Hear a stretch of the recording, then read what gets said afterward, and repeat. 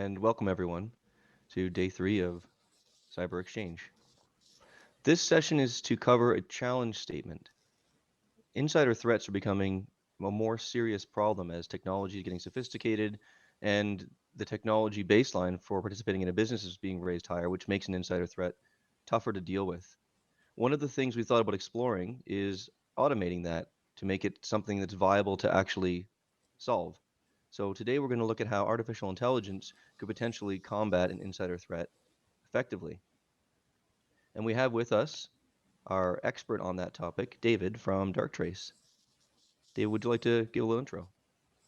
Yeah, hi everybody, my name's Dave Masson and I'm the Director of Enterprise Security for Darktrace in the Americas. I actually founded Darktrace in Canada back in 2016, and prior to that I spent most of my career in national security, first with the British and then the Canadian governments.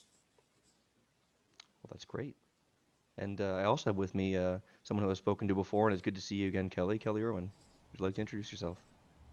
Sure, good to see you, Mark and David. We're ready for grilling you with some good questions today. I'm the CIO at Electrical Safety Authority, and I also manage the cybersecurity for our company. And the insider threats is a real worry for a lot of CIOs these days. So I look forward to the conversation. That's excellent. So Kelley and I sort of play in the same sandbox. I'm in the same regulated environment as she is. I'm the VP of IT for Waterloo North Hydro in Waterloo, Ontario. We are a distribution company. Our job is to get the power the last few miles to the customer in a safe and reliable way. And when we do that, well, we start to employ a lot of what's called operational technology devices, things that are in the field that are halfway between a computer and halfway between a traditional mechanical device. So there is definitely a significant opportunity for a malicious insider. And what we're going to do today is explore how that would work. So the first thing I would like to talk about is how we each think that artificial intelligence could play a role in detecting these kinds of threats. And I'll be honest, I'm academically curious about it, but I actually don't know the practical realities in the real world today. So I'm excited to learn about that. The kinds of things I've thought about before are, baseline and anomaly detection. Maybe I would call that closer to machine learning, and also that whole split. So David, I'm gonna throw that to you first before getting comment from Kelley. And could you maybe demystify that and unpack some of that stuff for me? Yeah, actually, you're using the right words, actually, demystify. Apart from artificial intelligence being a really common buzzword nowadays, there's a bit of mystery around it, but you've got to be able to demystify it. And as Einstein said, if you can't explain something complicated in an easy way, you failed. So stand by, let's see if I'm going to fail or not.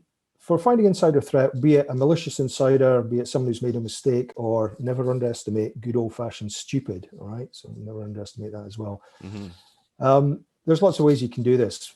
We advocate we're going to use artificial intelligence. For those listening, we're talking about using unsupervised machine learning here. We're not talking about machines trained on data, training data sets. We're not talking about using machines trying to find what has happened before, the situation where you need victims before you got solutions. We're talking about machines that basically learn how an organization is. And when I say learn how an organization is, I mean not just the things, but the people that are in there as well. Effectively using AI to establish the normal pattern of life of everything inside the organization, be this IT or OT, I hasten to add, every user device, every person who's in there. And then understanding if that's how it normally is, then it can see change to that normal and it will see change in real time. Now, is all change threat? No, but all threat will be a change. And the question we want to ask yourself here, just maybe to preempt a false positive question, is how much of a change does the AI see when that changes? So for example, here we're talking about insider threat. If an accountant is an accountant and does accounting things all day, that's great. But if at 10:10 on a Tuesday morning, the accountant suddenly managed to get off a port scan, I would suggest to you that's quite a change in the normal pattern of life, and that's the kind of thing that AI would catch and then alert to. Does that make sense? Yeah, that makes sense to me. Kelley, are you using anything like that in the ESA today? Any kind of anomaly detection, or have you thought about this? Yeah, we have thought about it. We're not using it right now, and I think sort of a follow up to you, David. We all have our beliefs that we know our people better than our machines know our people, and so how do you sort of marry the two of the machine learning how people act, but also having your security experts layer on top of that to make sure that we're using common sense to challenge what the machine is telling us. The important thing to remember here, this isn't AI replacing people. Okay, that is not what we're talking about here. This is AI augmenting people, augmenting your scarce human resource, and quite possibly your hard-pressed security team, unless you've got a big security team and lots of budget, but most people don't. So it's not about replacing people. What the AI here is doing is just delivering, it's delivering the threat to you quicker, but it's also delivering your time to meaning quicker for you, and it's doing it for you, not replacing you, but then allowing those the security team, those in charge, to then come up with, to have the time and the space to do what human beings are good at, come up with meaningful ideas and decisions based on what's been given to them. That's really what the AI is doing in this situation. By the way, the AI can also stop the activity, but again, that's not because it's replacing a human being. It's just basically giving the human being a chance to catch up. Oh, so that's great, and I like the idea of alleviating the labor that we don't have time to do. So, one of the things that all of us companies have to deal with are all these vulnerabilities that come out, every day. I think there's more than one every hour, every 24 hours, all year long. And it may not affect the product you have, but you have to go and read it and check it. And then if you do have it, you have to patch it. And I've never worked at a place that is really, really on top of that because it's very labor intensive, right? And one of the things that they may be spending their time on is a bunch of false positives. And then you get the sort of alarm fatigue where, oh no, that comes off every Tuesday at this time. I'm not even going to read it. So let's imagine for a second in a utility model, whether it be a water plant or a power utility like the one that I work for, and there's something that's cropped up its head and looks like maybe it's either, like you said, just plain stupid, someone made a mistake with a configuration error, or someone's actually doing something maliciously. But it's the system is complex, and so I guess what I'd ask is, how would your system work, David? How would something start? Can you walk us through maybe a specific example? A change was made that has a bad effect, and why would it notice it? Could you walk us through the sort of mind of the machine? Okay, so we've deployed AI into, we'll say network, okay? But if anybody's listening, it doesn't have to be on a physical prem network. It can be in the cloud, SaaS, whatever it is. It doesn't actually matter. But when we deployed the AI sat in there, and it's basically learned the normal pattern life of the network as a whole and everybody in it and all the rest of it. And then there's somebody in there, a human being, and they've done something that's, guess what, it's different. It's a change to their pattern of life. It's probably a change to the pattern of life of the device they used to affect the change. And what the AI will do, it'll look at it and go, hey, that's different. Okay. By the way, the AI, remember, this is AI. It doesn't think in terms of good or bad, malicious, benign. It thinks basically of the network, not of the network, right? That's how it thinks. And when it's not of the network, the thing you're interested in is how much is it not of the network, okay? So it spotted change and think, that's interesting. Is it going to alert straight away? No, it probably isn't, because the next thing what it'll probably be doing, and by the way, in the time it's taking me to say this to you, it's done it, all right? Mm-hmm. It will look at, for instance, if it's the individual, it'll look at their peer group, the peer group that they're normally associated to, the peer group that the AI has realized these people are always in the office at the same time in the same place, or if they're distributed at home, they're active at the same times in the same place in the same way, and look to see if there's something happening there. Or then look at the device, and look at the device history, and look at the similar like-minded devices. Whoops, Daisy, I just used a human term there. Devices can't be like-minded, but you know what I mean. And it will start considering all that at the same time and then see what the effect of the change was. And that will decide how big a score it's going to give when it brings up the alert. By the way, in our case, it's a score between 1 and 100. You can look at it percentage if you like. And don't know what the score is going to be because all organizations are different, but it might be the case 20 or 30%. And, that is a change, but is it a threat? No, probably not. But if it's like 85, 90%, and what has happened is that somebody sent off an SMB share or a read-write request somewhere and something started getting encrypted. I'm picking a pretty obvious example here. Then bang, it's going to light up like a Christmas tree and you're off to the board saying, hey, something bad's happening here right away. That's how Unless that happens it every would day. work. Pardon? Unless that's normal operations. Unless getting ransomware is a daily activity, then it's going to think that's of the network. Yeah, if what you're asking about is is this kind of activity normal already? So let's say people get 95% scores all the time that's already in there. Would the AI think that's normal? Yeah, do you know what? In the first minute and a half, it probably would do.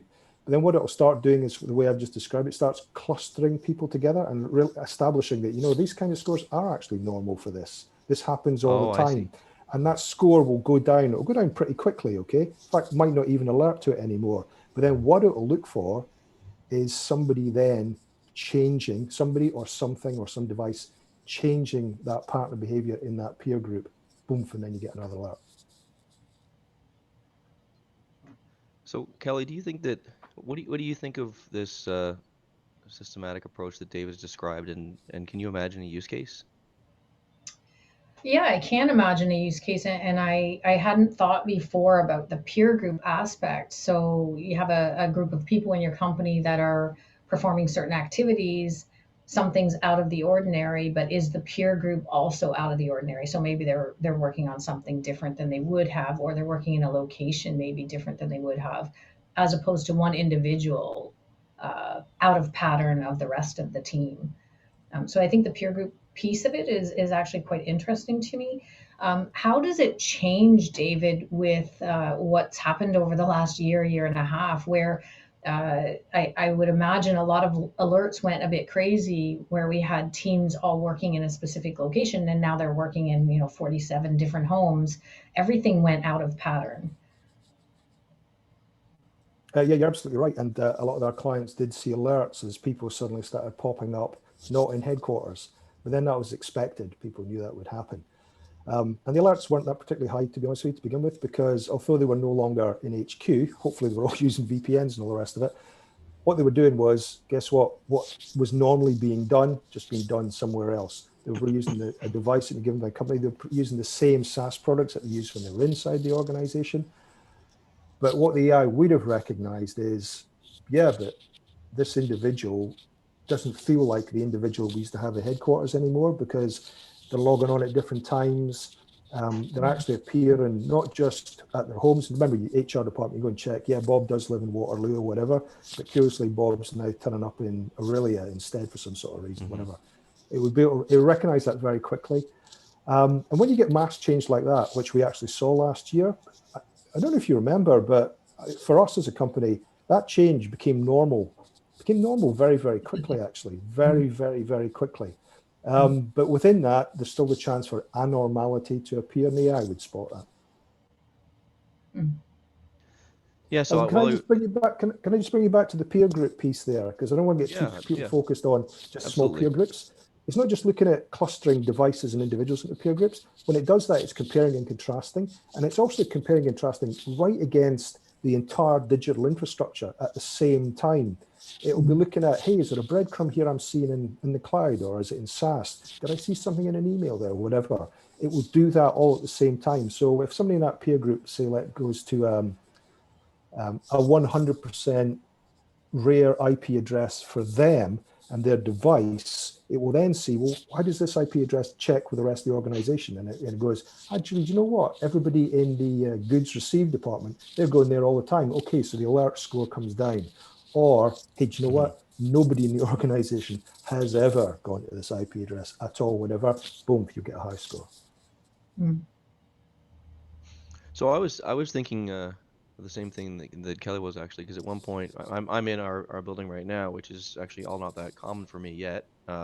It's an occasional thing, and that's true for most of our staff. I would say, we've had as little as 10% sometimes across whatever's happened, and that change would have been seen, like Kelley said, as a significant change.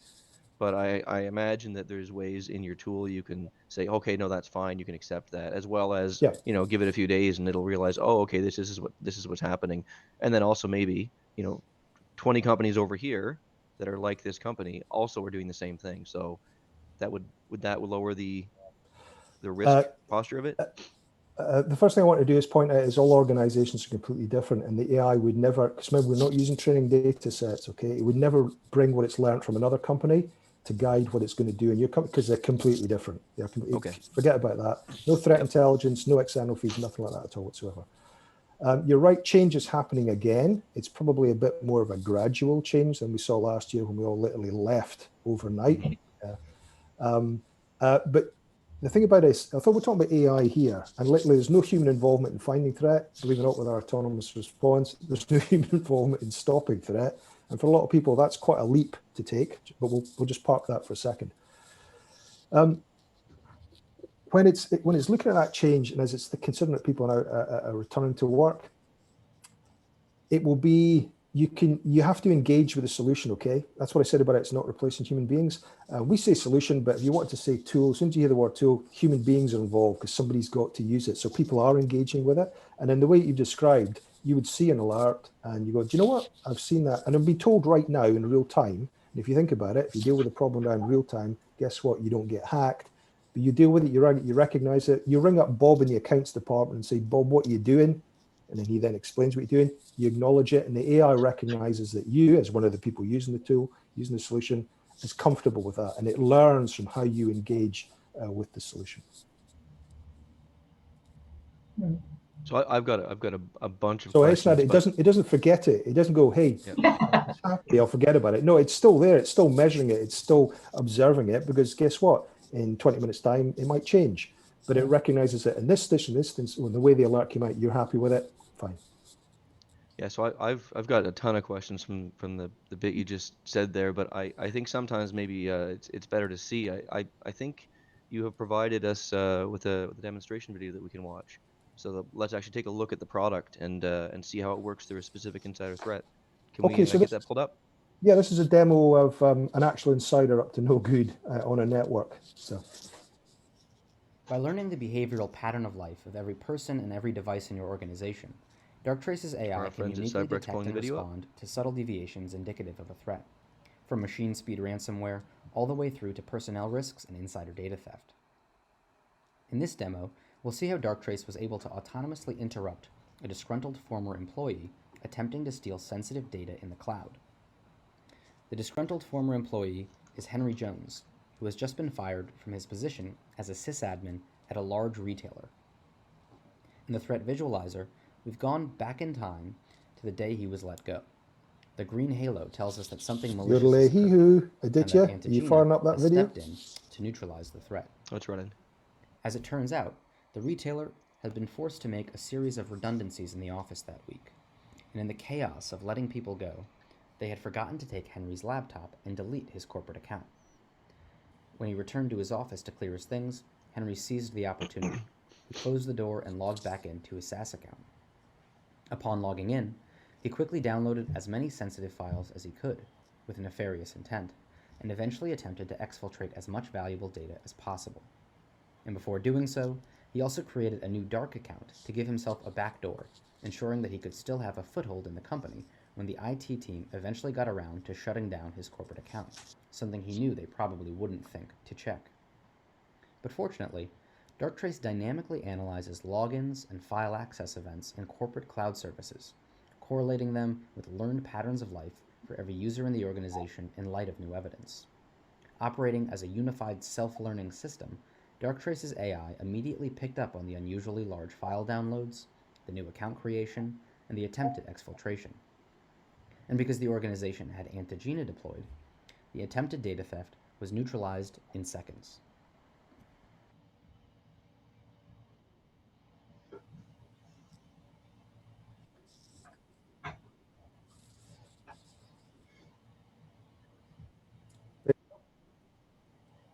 Okay, so what we have here is a situation where we've got an employee that was leaving the organization, and upon discovering that, decided, hey, wait, I want all this stuff. Yeah, that's what you basically did. It's a classic, to be honest with you. Somebody gets the boot.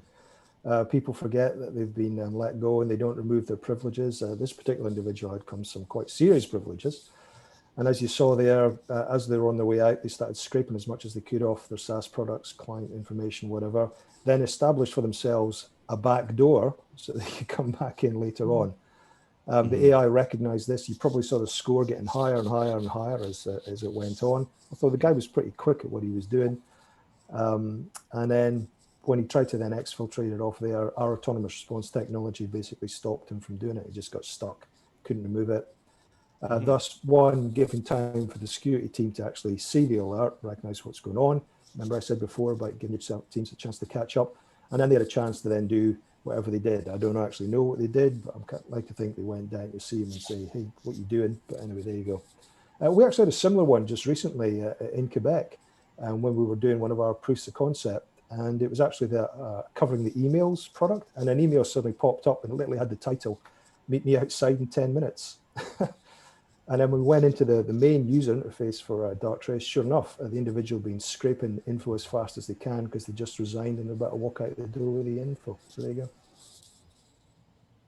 Yeah, I think that's all too common, to be honest. Maybe a team might notice it historically by looking at network traffic port being higher than normal, but it doesn't necessarily have to be an unusually high throughput. Knowing what they're grabbing and where they're grabbing it from, and that behavior is so atypical, to see it before it's too late would be tremendously useful, because especially in a competitive marketplace, if you're going from one competitor to another, or you're going from one from one location to another, people do tend to collect and bring these things along with them, and it's really irresponsible for the business to say, "Oh, well, that's what happens." Mhm. Kelley, what did you think about what we just watched? Yeah, I understand now what David's saying about it buys you a bit of time. So your security team may or may not have noticed that activity. Your network team may or may not have noticed that activity. But anytime you can buy time, I think of it as, physical crime. If someone said your house is going to be broken into in 2 minutes, it would give you time to do something about it before the thieves take everything. So that's an incident where there's a person, with maybe a motive. They're leaving the organization, whether it's in good situation of their own choice or not. But David, the insider, if we could just maybe define for people, insider threat, I don't think is just employees, right? So someone may, to your comment earlier, maybe doing it through lack of knowledge or stupidity, but also maybe just taking assets from the company to have it, for future learning, or to share it with a friend in another organization. It may not be malicious. It may be a consultant working at your company. So if you could maybe just describe, insider means what to you, and what does AI look for? Okay, the insider, the reason we use the word insider threat is because we get so used to having firewalls over the last 20, 30 years.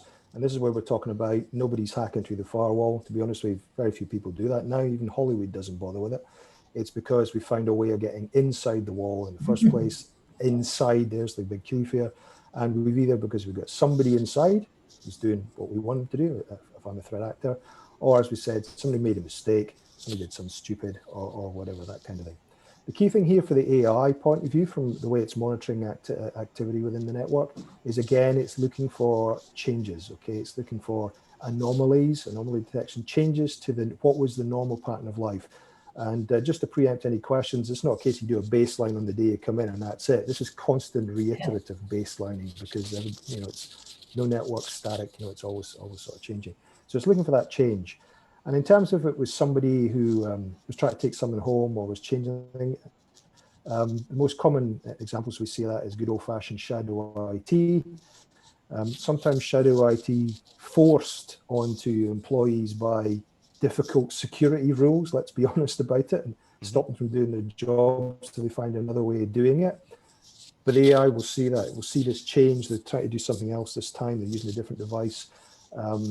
They've introduced some new software, but they didn't go to the internet to download it. They brought it in with a USB stick or good old-fashioned DVD drive or something like that.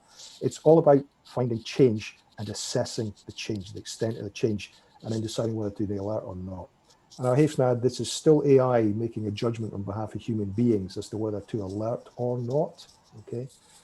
And the reason we use the AI is because basically when it comes to scale of threat, it's too much, too complex, it's too fast, and it's about to get even more complex and even faster. So speaking of complex environments, we've got a question from audience actually I'm going to pose to you, David, and that's that if someone's got a large industrial plant and they've got a mishmash of 10 different, 20 different technology solutions, how easy, for example, would it be to integrate with that? The specific example is, let's say I have a web application firewall, and I want to plug that into this AI stack. How does that work, and how much of a challenge is there usually? Okay, it's really the other way around. It's not plugging the firewall into the AI, it's plugging our AI into the firewall. And we integrate with most security stacks, most good quality firewalls. And the reason we've done that is because, well, we have to live in the world we're in. People, I mean, ours is a new disruptive technology. The world's kind of like different to us. But what we've decided to do, as well as taking a unified view to your entire digital infrastructure, IT and OT combined, we'd be able to design it such a way that it can then cooperate with your other parts of the security stack that you've got in there. And when it comes to firewalls, our autonomous response technology, our technology, still based on unsupervised machine learning that actually stops that. It's a very, very clever engine because what it's good at doing is working out whether it should stop it itself. For those who are interested, that's TCP resets. We just stop the communication. Or it's very good at saying, hey, firewall, you missed it. I found it, but you stop it instead. And by the way, it does that in the time it took me to say that, okay, because it just works out what's the most efficient way to do it.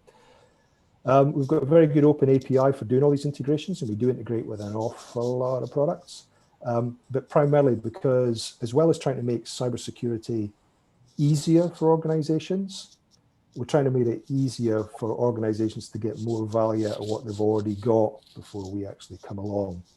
And there's something else I'd want to focus on here, because we talk a lot about the threat and all the rest of it. This is really AI not concerned with the threat.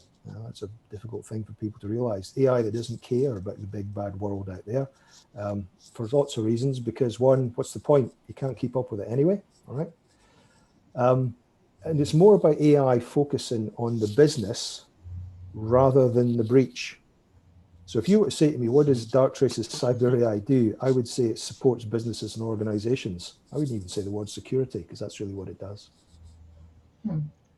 So when I think about my team, and maybe you can comment on this, Kelley, thinking, okay, we've got this tool, we got it set up, we got our baseline in. Now, who's looking at this thing? Because we do have other security tools too, and lots of shops like mine. We're just a handful of folks looking after projects, operations, backups, end user stuff, security. Now I give them this tool. How I don't I'm trying to imagine how that would look, and maybe David, before you comment about what kind of effort it is and how you've seen that go into smaller teams, Kelley, who would you give this to in your organization? What would they do, and what would you imagine it working out like? Yeah, I was thinking the same thing. Is this more the infrastructure team as they're controlling what's happening, to the assets that they protect, or is it the security team that would be looking at it?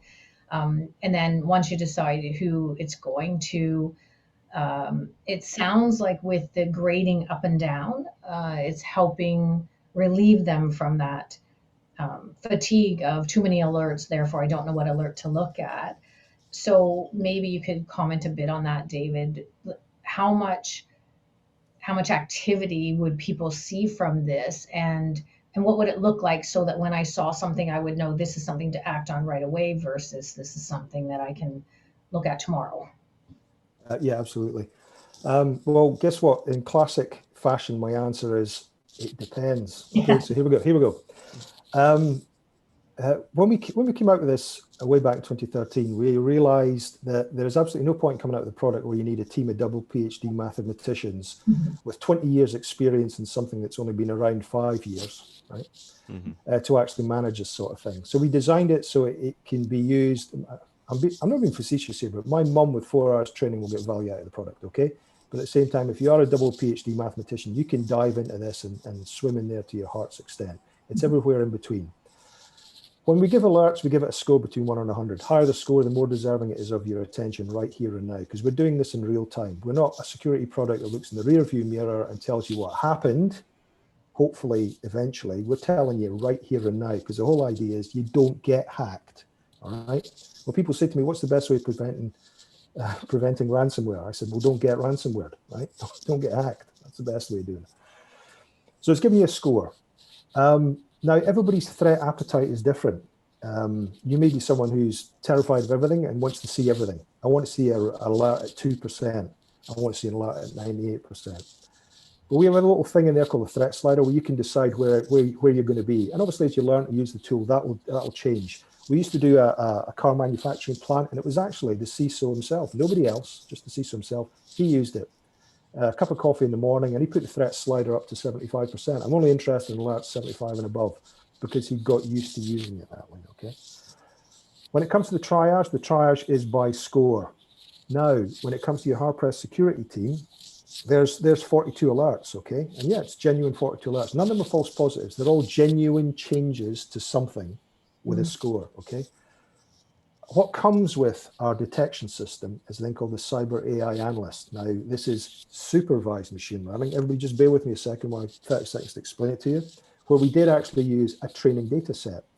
And the training data set was 100 of our top quality analysts, cyber analysts, over 3.5 years. In fact, it's an ongoing thing where we pointed the AI at them and it learned how they investigated, how they triaged, how they built their hypotheses, how they came up with their solutions, every mouse click, every drop down menu, every visit to virus total, the whole caboodle.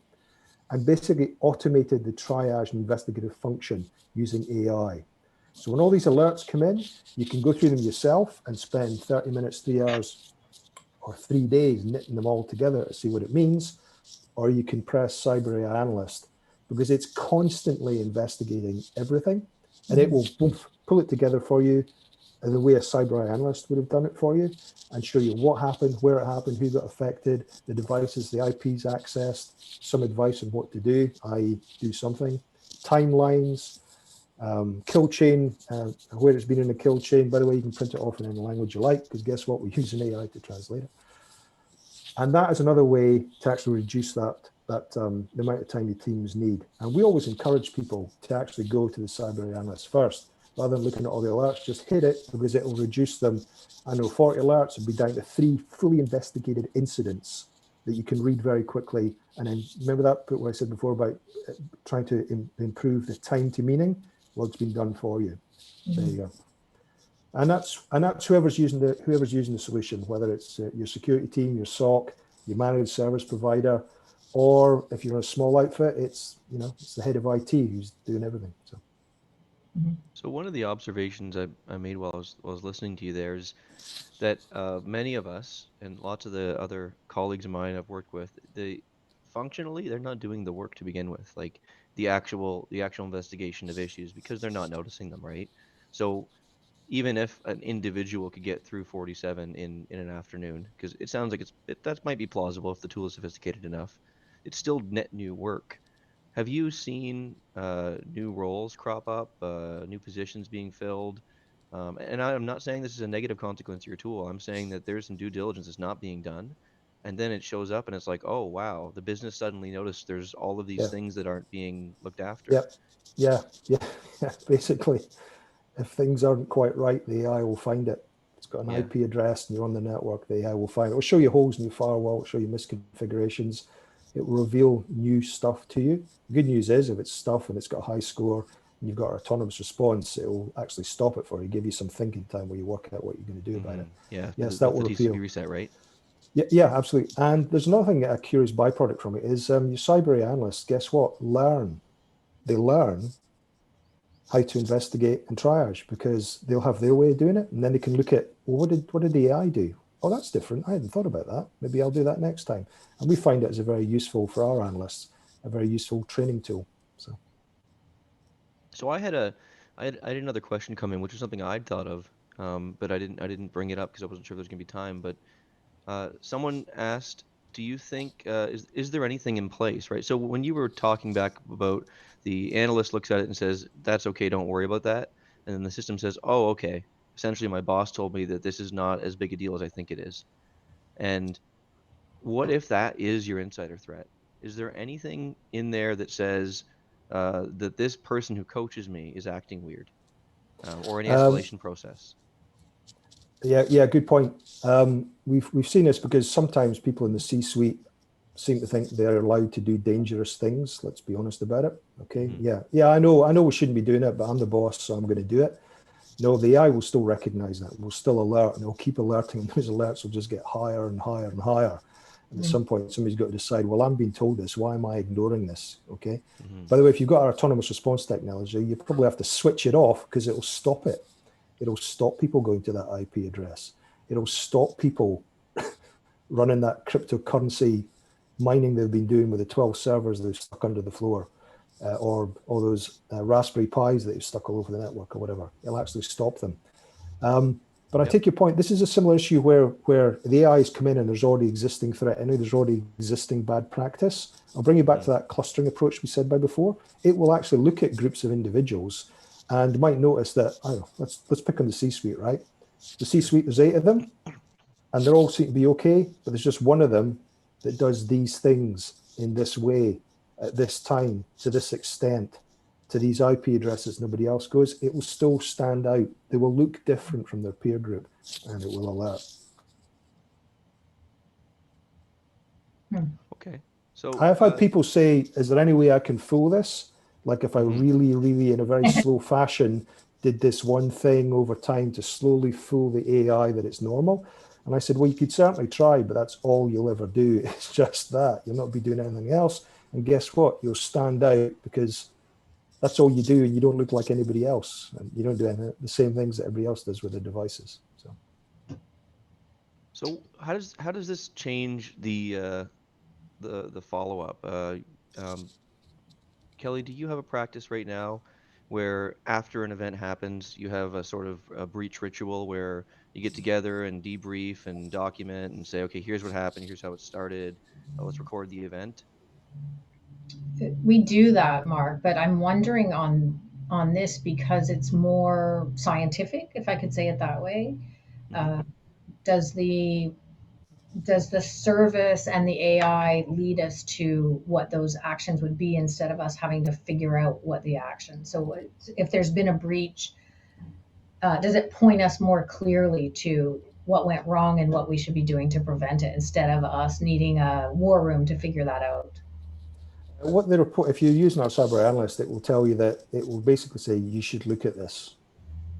Okay, including it will give you some recommendations, but don't give many because at the end of the day, that's not what we're about. What we're doing is providing you with, you've got a problem. Here's the assessment of the problem. Here's what's been affected. If you've got our autonomous response technology, we've stopped it right now, but you still need to clean it up. And the whole idea is to allow you to come to your own decisions about it far, far quicker and in a more informed manner than you were before. That's what we're delivering to you, rather than saying, you know what, you need to go and get hold of Bob Smith's therapeutic company because we recommend them, and they'll come in and clean it up and they'll give you a good. That's not that. It's allowing you to come to that decision yourself in a far, far more meaningful manner and in a far faster fashion.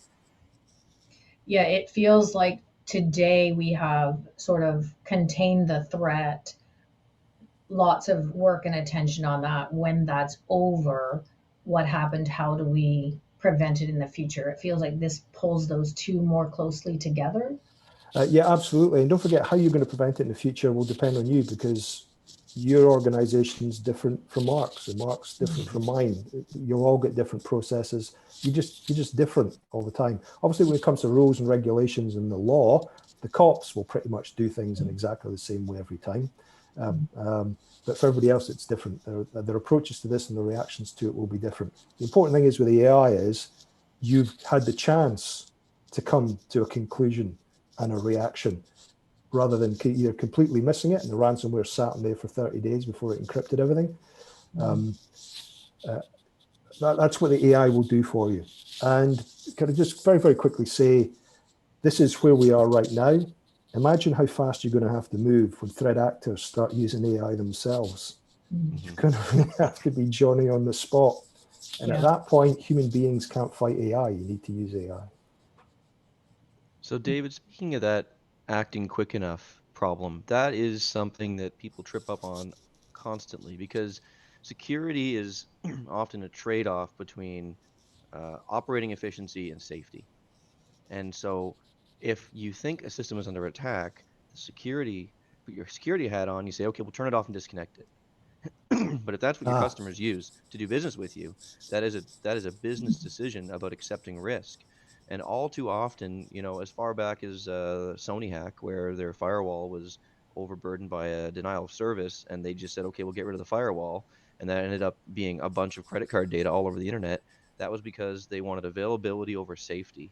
Yep. And I have been fortunate enough to have my advice taken over in the past years, but someone out there right now might be getting forced to operate a system in a manner they think is so unsafe that it may end up being a breach.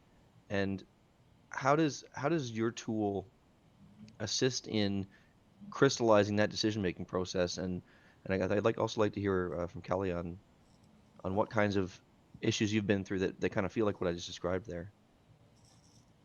Well, from our point of view, the First. AI will give you full chapter and verse on what's happening, and you can print it off in a report, whether it's in Cyber Analyst, or we have lots of other analytical reporting features on there. Print it off, boom, you've got it, and it's absolutely it's the truth of what the raw network traffic's telling you about what's actually happening. It's the truth, and then it's up to you to decide what you're going to do about it.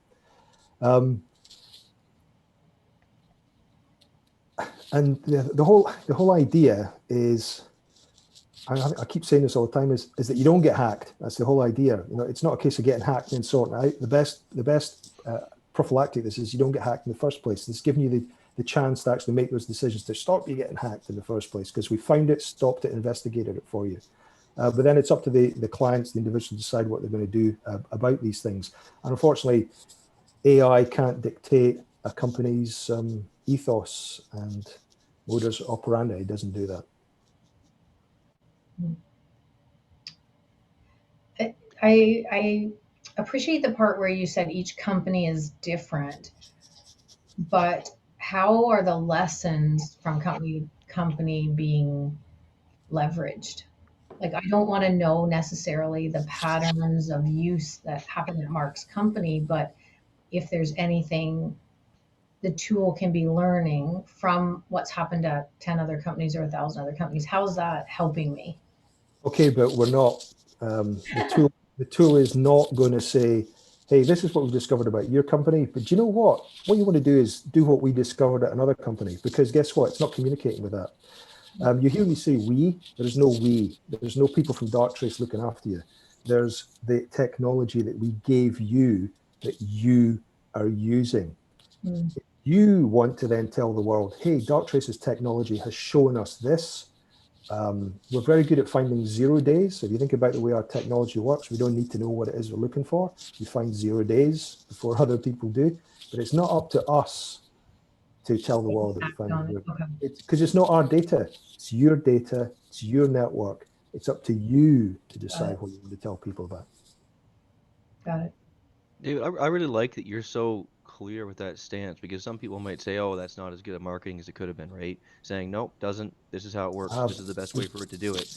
But it's not our And data. People got to remember that. It's not our data. and And by the that's way, where I'm going, actually, is and by the way, I'm glad that that's your stance. So my question I had that I was thinking in the back of my head was, when you're going around talking about, well, Brian is working in a weird spot. HR can go check that does he live there. And so, have you ever had any pushback from companies about the privacy of the data being collected, about a perception of over collection on an individual level, and sort of, has anyone ever brought that up before? No, they haven't, because guess what? It's not us. It's not us monitoring your data. It's you, Right. by your legislation in whichever country you're in doing this. By the way, we've been operating in Europe for years. GDPR, not a problem. Okay. I just want to bring you back to actually how it works. You may be amazed to hear this, but our AI does not actually read your data. What it's doing is taking hundreds of measurements of metadata around every packet. We're not actually interested in the packet. It doesn't read your data. By the way, so if it's encrypted, couldn't care less, because it doesn't matter. We don't need that to build our models. So it isn't actually reading your data in the first place. No, we've never had anybody push back on that. We get questions about it all the time. Curiously, not as often in Canada as I was expecting to hear, because we're so proud of our devotion to privacy. But I'll be quite honest, we have had some companies when we've done our proofs of concept who haven't been that happy at what the AI discovered, let's put it that way. Right. They'd rather not have known. Yeah, thanks very much. Can you leave now? Yeah, okay, bye. Yeah.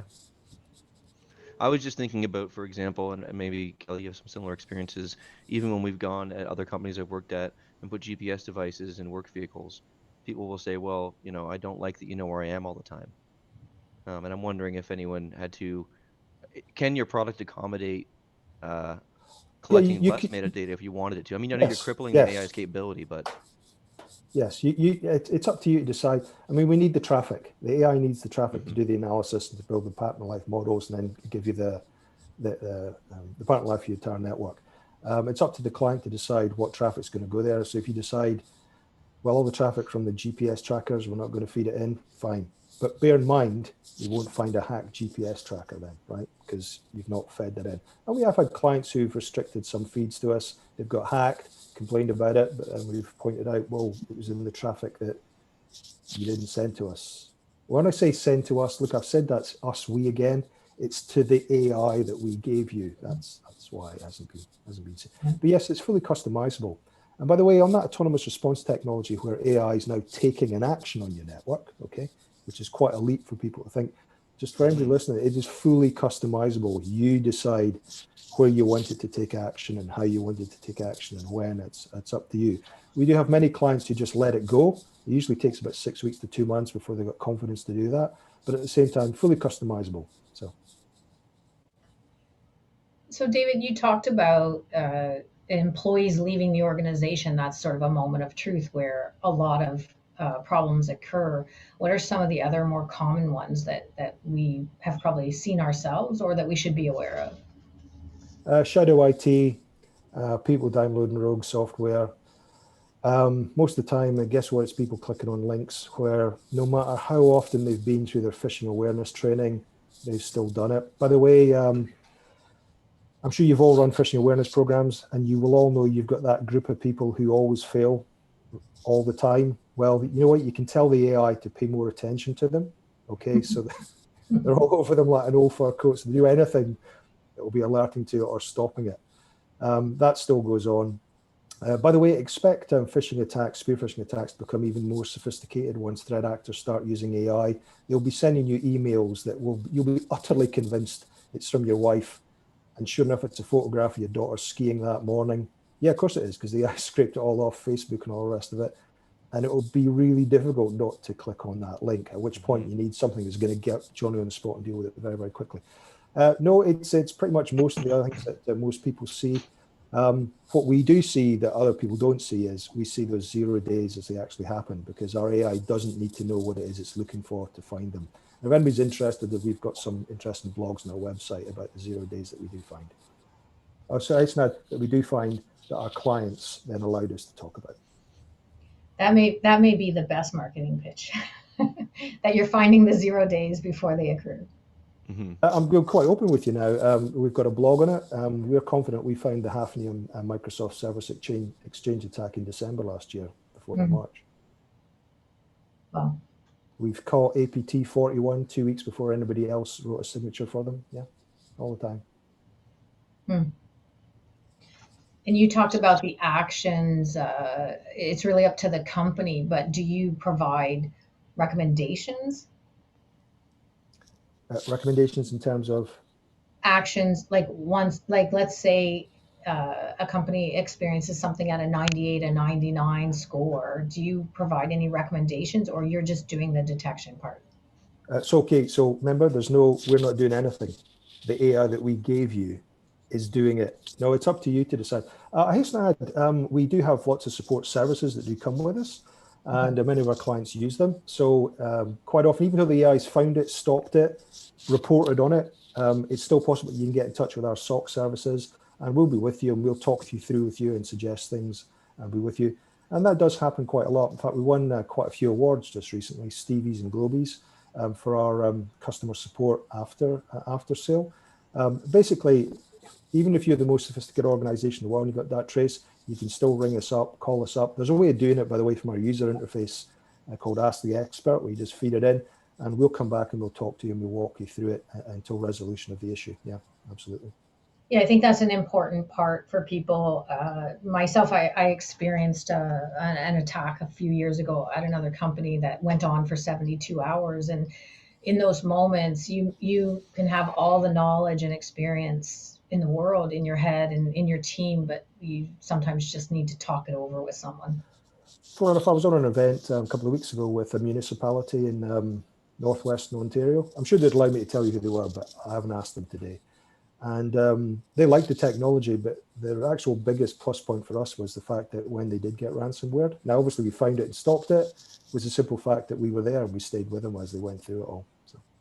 Yeah, I think that support and that knowledge and that partnership is extremely important to people under stress. Which they were. So. Oh yes, anyone who's been through a multi-day high sensory event where you're just go go go, they are, I suppose, sort of the stuff of legends, but also you don't want it to happen, right? It is so stressful, and it just doesn't need to happen. Well, think And about it one of the with, things I was going to say, I with was the thinking tools that we about, have, when you're the rabbit staring in the lights, guess what? The AI's dealt with it for you. And once you've taken a deep breath and pulled yourself away from those blazing lights, it's okay. The AI's done it for you, and you get a chance to have a breather, catch up, and as I say, start re-engaging with what you're about to do. yeah, and that's where I wanted to go was you mentioned earlier about the idea of turning the controls over to the AI, and some people might have a reluctance with that. They might think, oh, does that mean people think it's smarter than me, or is it going to replace me?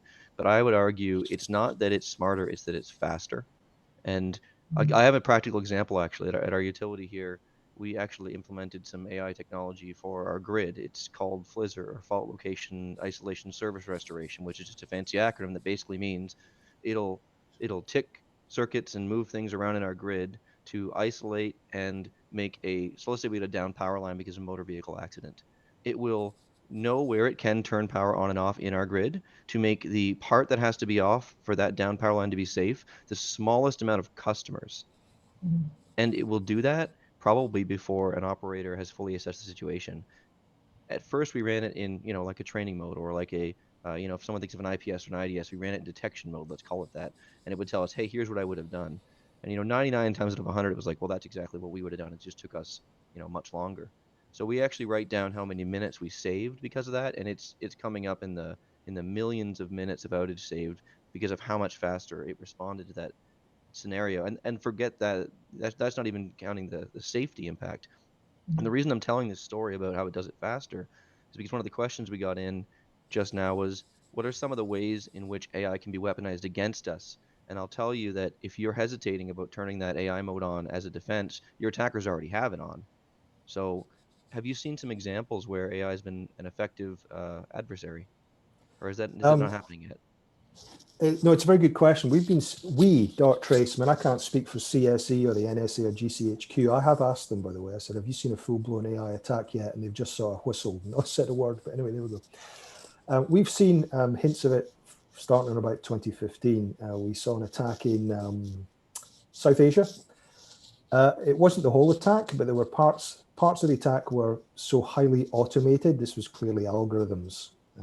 So on its way to, and it was funny, it was algorithms fighting our algorithms anyway. We won. So we've been seeing hints of it for quite a few years now. And that's the whole issue. One of the reasons hackers fail is because they're human beings. Okay, so these attacks that are coming in, whether it's Colonial Pipelines, the JBS meat hack or whatever, whether it's Revo using Sodinokibi and all the rest of it, it's human beings on that keyboard and human beings on that mouse or whatever, or the trackpad or whatever they're using. And guess what? They're fallible, they make mistakes, they're human beings, they can't move that fast, and they often get caught. But in the future, that'll be AI that will be doing this. A piece of AI will decide how it's going to get inside your infrastructure. It will decide what it's then going to do. It will start doing risk analysis itself on where it wants to go and what it's looking for. And every time it thinks, do you know what? That looks a bit difficult. I'll do another one. I'll come up with another path and I'll do another risk analysis. And it'll all be doing this in the time it's taking me to say this to you. It will then decide what it's going to do, where it's going to go, how it's going to exfiltrate, when it's going to encrypt. It will find your super sensitive data in microseconds that you don't want published on a dark website or whatever. And then it will then work out, do its own risk assessment about when's the best time for me to leave at incredible speed. By the way, boosted by 5G before we forget. We'll kind of forget 5G's coming down the pipe. And at that point, human beings can't deal with that. Okay, that's super sophistication. You need AI to fight AI. You can't bring a human to an AI fight. But that's pretty much what's coming. And the way when I was talking about how AI will be able to imitate human beings when it comes to sending you emails, it'll land in your Outlook and just sit there for a couple of weeks, learning exactly how you are and how you use email. And so it can perfectly imitate you, including even imitating your voice and putting a click voice recording on there, sending somebody a happy birthday message. But it's not, it's a load of malware that's in there at the same time. So you believe AI attacks are already happening and people aren't confessing yet? I can't say that because I can't give you evidence of that. But as I say, we've been seeing hints of it for some time. And you know what? If I can think it, bearing in mind we've been using AI to defend networks since 2013. Yeah. Yeah, it's definitely coming. It's going to David, I'll tell you that that's terrifying, because here's what happens when a sophisticated attack almost gets us. We look at the evidence and say, oh, good, a person noticed and stopped this thing, right? It does happen. And I get in there and look and I say, oh, this had to be a human being as an adversary, right? That's the, bots, whatever, that's fine. We can defend against those. But if an adversary, an intelligent human, decides to go at us with thought and care and patience, they're probably going to get us. But, what the thing everyone says is, okay, but why would I be that target? Why would I be the target for all that effort and all that energy? But if it's a program and it's automated, it's almost free to run the thing. So why not run it against everyone? I can't remember, Mark, was it you or Kelley brought up the Sony Pictures International attack from a few years ago? I mean, that took the resources of a nation state. I won't say which nation state because we're not entirely sure, right? But it took the nation budget and resources of a nation state to do that. With AI, you could be buying one of these attacks off the dark web and carrying out 20 or 30 of them a day. Yeah, it's like the mass mail emails from 20 years ago that were free, right? And people of course, we've just seen Revo use a supply chain attack to carry out a mass ransomware attack.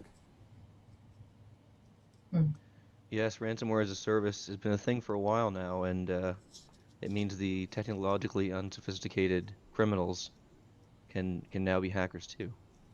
Which is why we advocate for using AI to, guess what, help that poor, overwhelmed human beings who are trying to fight this kind of threat that we face. Like me and Mark.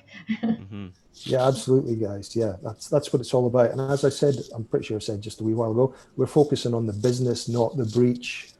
We're here. We're using AI so that you can deliver electricity safely. That's what it's about. Yep, and that's you are right that we need some form of help, especially as we see these escalations go up. So we're coming up in the last couple of minutes. So Kelley and then David, why don't you, if you've got anything final to say, and then we'll wrap this up. And I've really enjoyed the conversation. Kelley, I'll let you go first. Yeah, I appreciate the conversation. You've given us a lot of food for thought, and I really appreciate sort of two of the thoughts that maybe worry the team. So worry, the IT team, and worry the broader business team. And one is, this is to augment what people are doing, not to replace them. And I think that's an important component, not just for job security, but for people to understand we're using technology with all the knowledge and experience that we have, not instead of. And then the other point about insider, I will tell you, I hadn't really thought of it that way, that when you say it, it sounds so dead simple, but worth repeating. It's someone who's inside your perimeter. It's not necessarily just an employee, because I think business people, when they think of an insider, they think, no, but not our employees. They're all good people. So it's not a judgment on how good or bad people are. It's a judgment on where they are. My last final thought, and I would say this, is let AI do the heavy lift in detecting the threat, stopping the threat, and investigating it for you. Let it do the heavy lifting when it comes to configuration on your digital infrastructure, and allow it to help you help yourselves. Well, David, Kelley, thank you very much for your time. And just like we've all been striving to automate our software deployments, I think it's time we start automating our cybersecurity defense. Thank you very much. You're welcome. Thanks.